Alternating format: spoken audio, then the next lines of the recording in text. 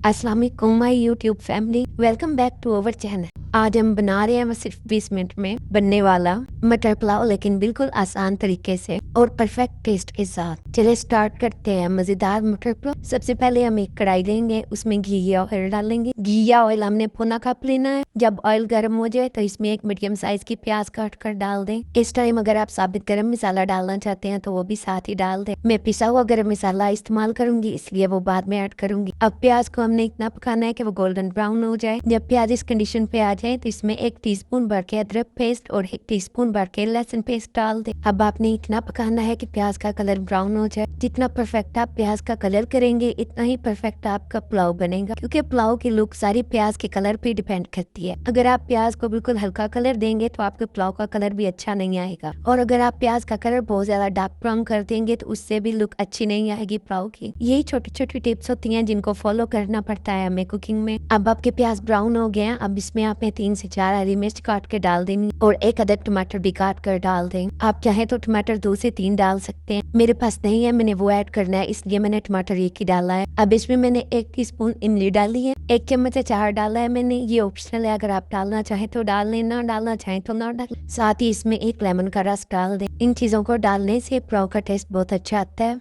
अब थोड़ा सा पानी डालकर इतना पकाएं कि हमारे टमाटर थोड़े से नरम हो जाए। अब इसमें मटर डाल दें। मटर डालकर थोड़ा सा हमने इनको पकाना है। बहुत से लोग मटर बाद में डालते हैं मसाला भूनकर, लेकिन मैं हमेशा इसी टाइम पर मटर ऐड करती हूँ। इससे मटर भी जरा जल्दी गल जाते हैं और टाइम भी बच जाता है। 2 से 3 मिनट मटर को पकाने के बाद आप चाहें तो इसमें 2 आलू भी काट कर डाल सकते हैं। अगर आप आलू नहीं डालना चाहते तो ना डालें। हम लोग मटर पुलाव में आलू 1-2 ऐड करते हैं, उससे पुलाव का टेस्ट बहुत अच्छा हो जाता है। अब साथ ही 1 खाने का चम्मच नमक डाल दें। आपको पता है नमक चावलों में थोड़ा ज्यादा ही डालते हैं। अब इसमें हम कुछ स्पाइसेस भी ऐड करेंगे। 1 टीस्पून सूखा धनिया पिसा हुआ डालेंगे, आधा टीस्पून हल्दी डालेंगे, 1 टीस्पून भर के पिसा हुआ गरम मसाला ऐड करें और 1.5 टीस्पून हमने इसमें कुटी हुई लाल मिर्च ऐड की है। 1/2 टीस्पून काली मिर्च पिसी हुई डाल दें। तमाम मसाले डालने के बाद आपने अब मसाले को अच्छी तरह भूनना है। 2 बार आपने आधा कप पानी डालकर मसाले को भूनना है। इस तरह से आपका मसाला भी भून जाएगा और आपके मटर भी गल जाएंगे। जब आपका मसाला अच्छी तरह भून जाए और ऑयल छोड़ दे तो इसमें 1 कप दही ऐड कर दें। दही आपने फेंट कर डालना है। दही का पानी खुश्क होने तक आपने अच्छी तरह मसाले को पकाना है। हमारा मसाला अच्छी तरीके से भून गया। इस टाइम पर हमने इसमें पानी ऐड करना है। पानी हमने इसमें चावलों के हिसाब से डालना है। पानी डालने का तरीका ये है, आप 1 गिलास लें, उससे चावल नाप लें कि कितने गिलास चावल हैं। आप कोई और बर्तन भी खुला ले सकते हैं। जिस बर्तन से आपने चावल नाप किया है उसी बर्तन से डबल पानी ऐड करना है। पानी डालकर आपने ऊपर से कवर कर देना है और इतना पकाना है कि इसको एक बॉयल आ जाए। बॉयल आने के बाद भी आपने 2 से 3 मिनट के लिए अच्छी तरह पानी को पकाना है ताकि पानी का कच्चापन खत्म हो जाए। अब इसमें हमने चावल ऐड करने हैं। चावलों को आपने पहले साफ कर लेना है, उसके बाद 2-3 बार पानी से धो लें, फिर 10 से 15 मिनट के लिए पानी में भिगो कर रख। अब पानी गिरा दे और चावल ऐड कर दें। चावल डालने के बाद ऊपर से ढक कर 3 से 4 मिनट के लिए पकाएं।